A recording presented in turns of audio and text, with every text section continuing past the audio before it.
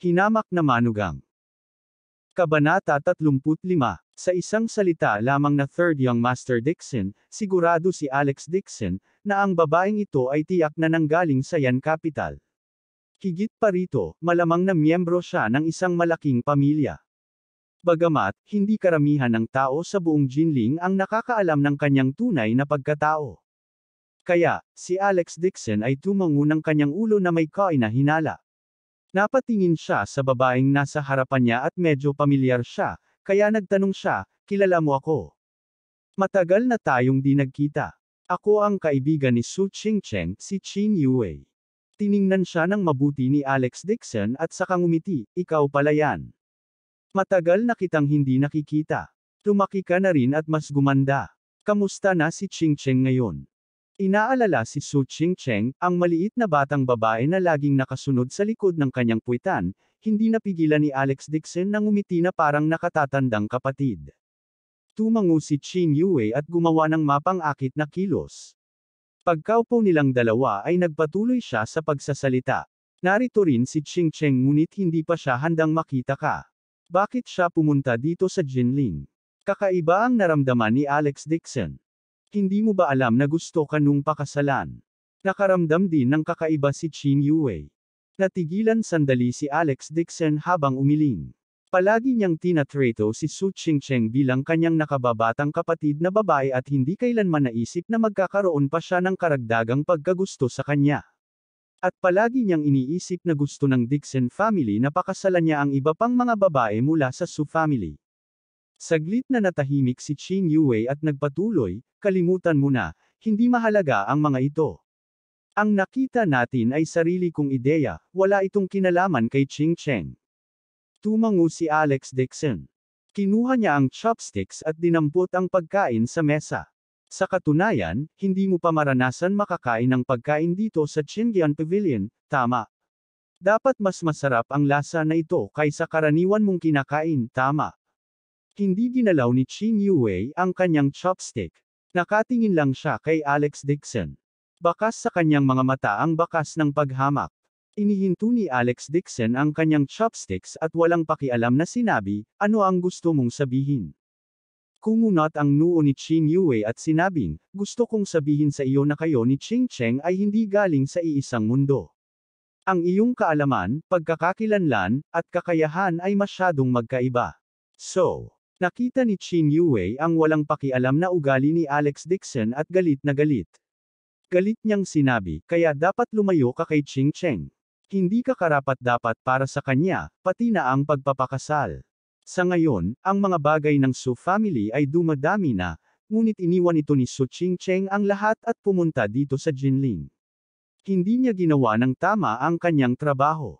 Maraming beses na itong binanggit ni Qin Yue sa kanya at pinayuhan siyang bumalik o sabihin kay Alex Dixon ang lahat.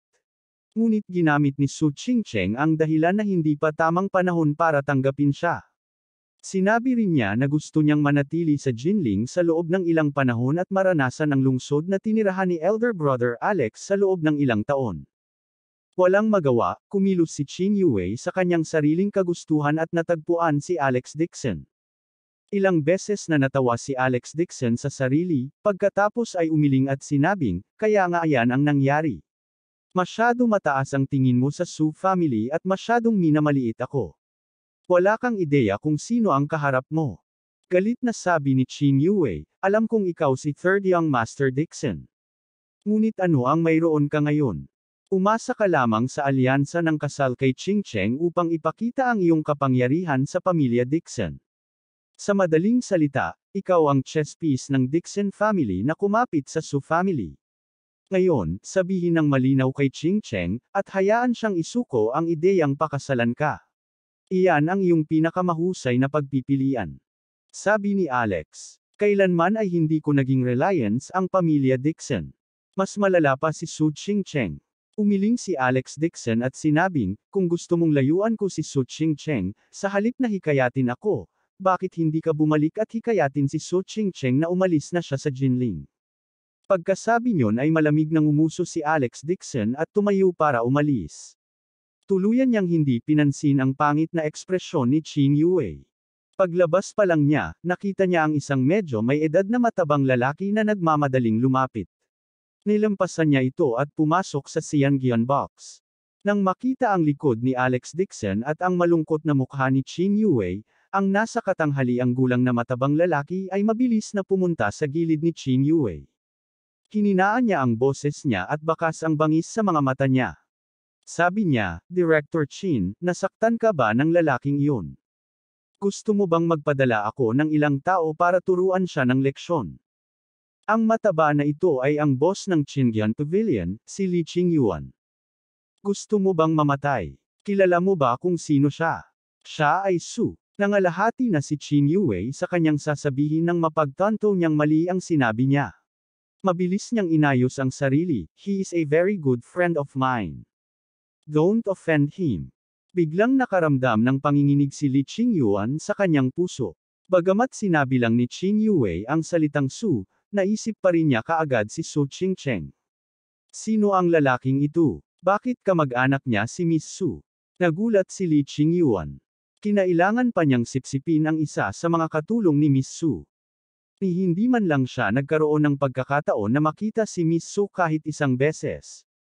At ang binata ngayon lang ay talagang kamag-anak ni Miss Su. Hindi nakakagulat na hindi niya sineryoso si Chin Yue. Sa isang iglap, nagkaroon ng ideya si Li Qingyuan na kaibiganin siya.